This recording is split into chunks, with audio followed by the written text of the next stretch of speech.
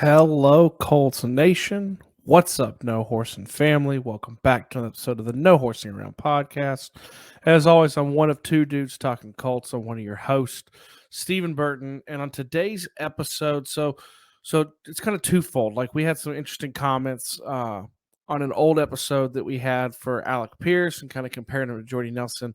We had an interesting comment about the affordability of kind of some of the contracts we had. It was a very random one, but and then my boy Zach posting kind of a quick question asking about can we afford to sign Kenny Moore to a new contract. For those who don't know, obviously Kenny Moore set out voluntary OTAs, showed up to the mandatory mini camp. No one's real sure if he's going to show up actually to training camp. But so we're going to talk about that today because I thought there was something really interesting that Pat McAfee discussed on his show late last week, that really kind of shed a light on all this. And I want to talk about it really quickly. Okay. But before we get into that, you guys, please like, share, subscribe, comment, do all those great things. Join the No Horsing Around family. You can do it by subscribing. If you really want to and you want to help the channel a little bit with me and Zach, you can actually now join with a family membership where you get perks, you get shout outs, top of the line when we do live streams, first access sometimes to members only videos. It's great stuff. If you feel the need and you really want to do that, we love you guys. Hit that and join the family. And then, ding the bell so you don't miss the stuff coming up during the offseason. We got a lot of fun things coming. So, as always, it's always scrolling across the bottom. Join the family, subscribe. Join the family, subscribe. It's all about communication. It's all about connectivity with No Horsing Around family as well as Colts Nation. So, kind of let's get into this a little bit. So, Pat McAfee on his podcast, which we all love, had kind of an open discussion about is the salary cap fake? And why, you may ask, why does this pertain to the Colts? Because obviously we know that they're working on a new contract, a contract extension for Quenton Nelson. We know that there is also some contentiousness, if that's the word I'm looking for, with Kenny Moore and his contract. So I'm going to kind of delve into this. So he talked about something called cash over cap. And I thought it was really interesting, and it really does pertain to this right here. So a lot of people joke and say, how is the salary cap real when the Rams do what they do, giving $100 million to Cooper Kupp, $100 million to Aaron Donald, $100 million to Matthew Stafford? What is going on, right? And I thought it was very interesting because it was discussed in one of his latest episodes of a thing called cash over cap. I'm going to try to keep it very simple because I'm still trying to wrap my head around it. Essentially, cash over cap is owners that are willing to spend cash because cash does not actually count towards the salary cap. So it's very interesting. The guy used Matthew Stafford as an example. Is if he gets a $60 million signing bonus, that could be cash. And he gets a percentage of that as opposed to the whole thing. And then you kind of even it out over the years. And the only way you really get dinged is if they don't complete the contract. It was really an interesting thing talking about, so his base salary, it says $1.5 million. He gets $60 million of a signing bonus. That signing bonus is cash. So really and effectively this first year, he's making $61.5 million. That's pretty cool. Essentially what it is it's the owners who are willing to pay cash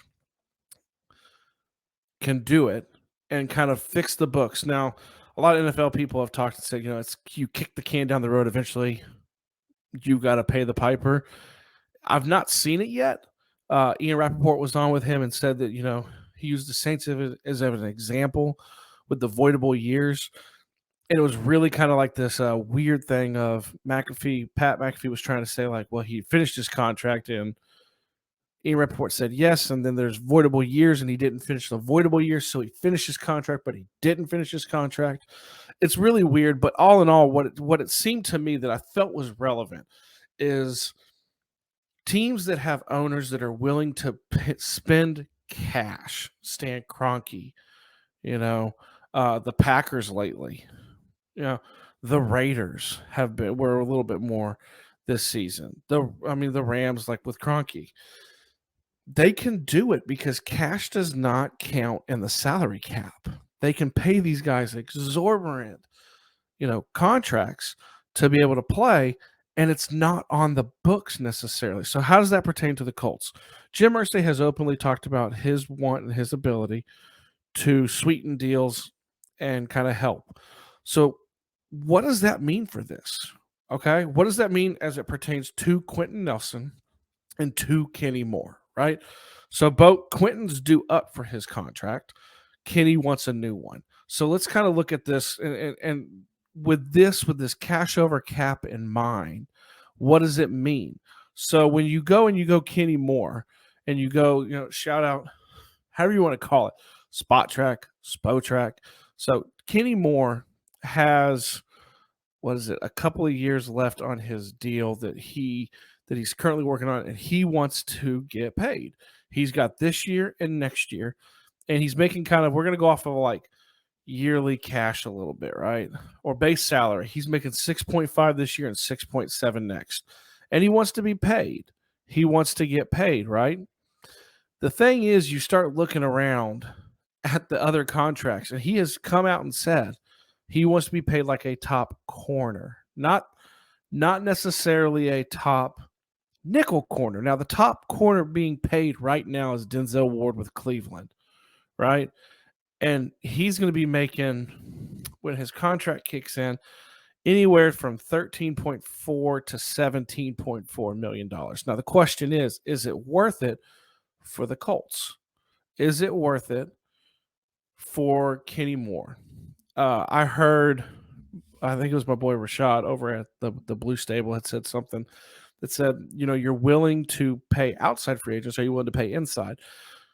I talked about cash over cap earlier because I wanted to give it the perspective of there is a way to do this, and you could give a new contract to Kenny Moore. I don't think you can make him the highest paid, but you can pay him reasonable amount, right? Because the other thing is, who else is due up, right? We talk about Quenton Nelson. Quenton Nelson, in regards to offensive guards, he's going to get the highest contract. The highest contract right now is Zach Martin at a total contract of $84 million. He's going to get bigger than that. He's going to make more than Zach Martin. There's just no way that he's not going to. I mean, and that's $13 million in base salary over the next couple of years for Zach Martin. I am hard pressed to believe that Quenton Nelson doesn't get that. But I say all this because I want to link it together that there's a lot of questions of, can you do this? They absolutely can. Okay, they absolutely can figure out a way to pay Kenny Moore and pay Quenton Nelson with this cash over cap and giving of signing bonuses if Irsay wants to, which I think he would, and two, or B, if Ballard is okay with kind of pushing that. You do roll the dice, because the thing that they mentioned on Pat McAfee is, if it doesn't work out and you part with the player before the end of the salary, everything comes due. So if you're paying him $12 million a year after this, or $10 million a year after this, and you cut him 2 years into a 5-year deal, that $10 million over the last 3 years, that's going to come due. That $30 million is going to come due to you, and it's going to bite you in the butt. But these are two cornerstone pieces of the Colts. It's completely doable. Now, I'm okay with it if they want to do that. I love Kenny Moore. I think he deserves to be paid. He made his first Pro Bowl. He's played extremely well. I believe he's probably outplayed his contract. Quenton Nelson, give the man his money. I know we've invested so much money in the O-line, but we're getting ready to kind of turn that over with a couple of rookies on the line, a couple of people under the rookie contracts that are going to be a little bit more helpful. Pay the man. Pay the man. He's a future Hall of Famer already, okay? But you can do both. The question is, will Ballard be okay with it, and will Irsay cut the check? I think there's a possibility to both. I think Irsay definitely would. The question is, will Ballard? Now, my question is for you guys. What would you do? Would you pay them both under this rule? And I encourage anyone that's trying to figure this out a little bit more. Pat McAfee's got a video, obviously, you can watch too, where you see the interview where he really does break it down a little bit better than me. Go watch that, then come back and comment. Tell me Knowing this, do you think it's something the Colts should do? These are two cornerstones. These are two huge pieces for the defense and the offense. And under this rule and this guideline that's not going away anytime soon, they can absolutely accomplish it. So hit me up in the comments. Let me know what you guys think. Okay. And as always, you guys like the video, share it, subscribe, join the family now with the family membership to get the early access if you want to. Okay. And I mean, I say this all the time, you guys. I end the videos all the same. I love you. I know Zach loves you.